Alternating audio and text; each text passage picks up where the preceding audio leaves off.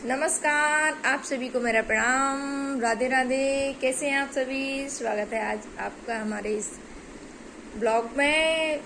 मेरा आज का विचार, ये जो दहेज के दानव है ना हमारे समाज में, ये दहेज प्रथा है, मैं इसके बारे में बोलना चाहती हूँ कुछ।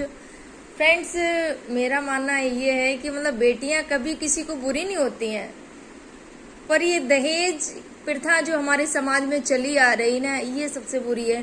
जब एक बेटी जन्म लेती है ना, तो एक खुशी होती है, बस इसी चीज से एक पिता का चेहरा उतर जाता है कि मुझे अब इसके लिए पैसा इकट्ठा करना है, अब इसके लिए मुझे जोड़ना है, क्योंकि मुझे उसकी शादी में इतना दान दहेज देना है।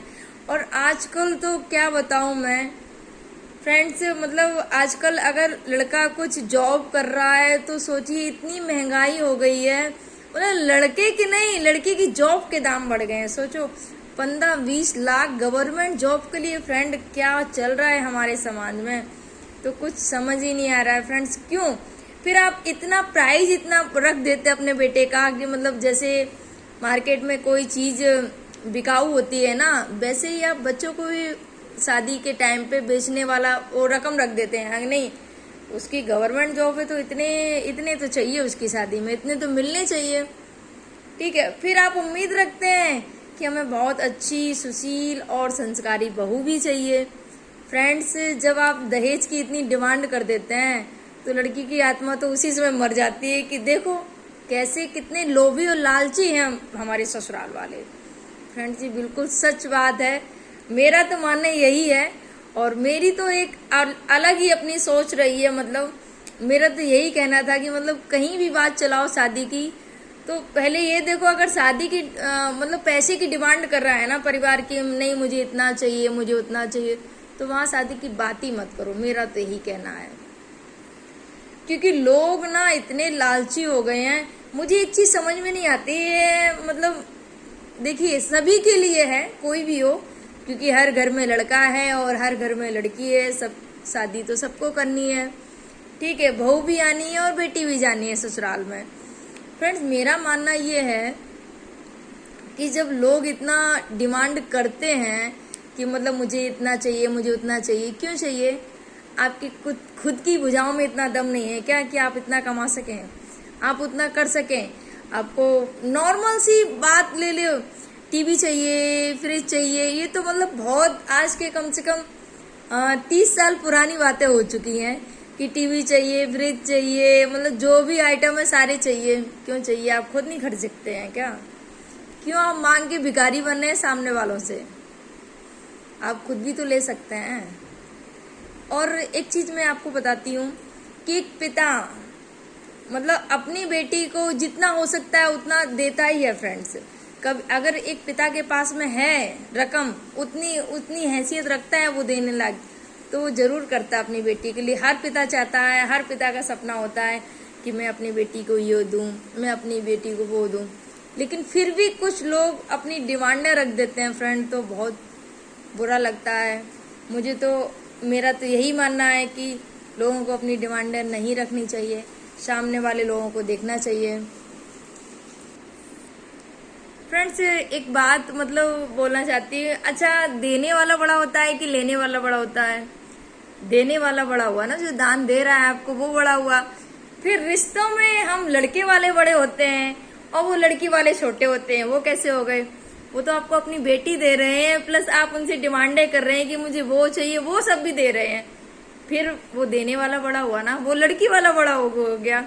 लेकिन हम बेटे वाले हैं, हम मतलब एक वो रहता है कि अरे हम तो बड़े हैं, वो तो हमारे मतलब हमसे नीचे हुए, वो हम उनसे पद में ऊंचे हुए, ये पद और ये सब आ जाता है बीच में। फ्रेंड्स, तो मेरा मतलब कहने का मतलब बस यही है कि ये दहेज प्रथा को प्लीज रोक दीजिए और बंद कर दीजिए दहेज, ये सब। फ्रेंड्स, अगर मैंने समाज में देखा है, अगर 2 बेटियां हैं, अगर तीसरी बेटी हो गई, अरे 2 का एक पहले से बेटी, अगर दूसरी भी हो गई, तो भी एक पिता का और घर वालों का चेहरा उतर जाता है कि बेटी हो गई।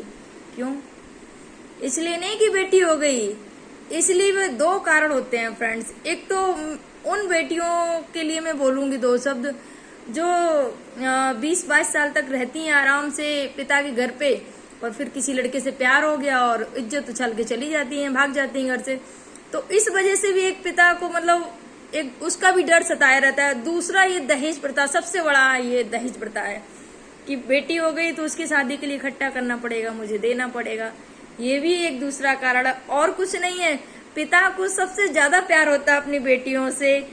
ये चीज मैंने महसूस किया, ये बिल्कुल सत्य है।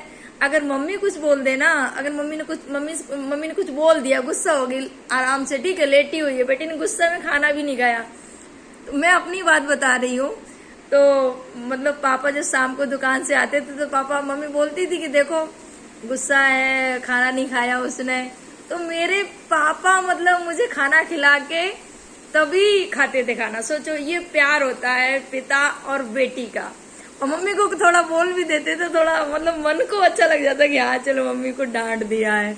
तो पिता और पुत्री का जो संबंध होता है ना, बहुत ही प्रेम भरा होता है। बेटियां कभी किसी को बुरी नहीं हैं। बस कुछ बेटियां मतलब गलत चाल चलन करके पिता को हर्ट कर देती हैं, दुखी कर देती हैं। और ये दूसरा ये दहेज मारे डालता है एक पिता को। और कभी बेटियां बुरी नहीं होती हैं। पग पग संघर्ष करती हैं बेटियां, अजन्मी आज क्यों मरती हैं बेटियां। अरे बेटों की चाह रखने वालों, बेटे से बढ़कर होती हैं बेटियां, बेटों से बढ़कर होती हैं बेटियां।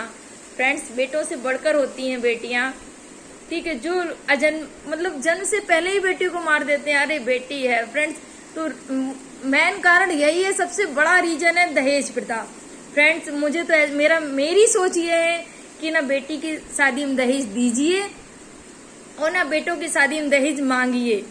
फ्रेंड्स, अगर कोई अपनी स्वेच्छा से देना चाह रहा है बिना मांगे, हर पिता चाहता है कि ख्वाहिश होती है मैं अपनी बेटी की शादी में ये दूंगा वो दूंगा, हर पिता चाहता है, तो प्लीज उनको देने दीजिए। लेकिन आप मांग के अपने आप को छोटा मत वो कराइए।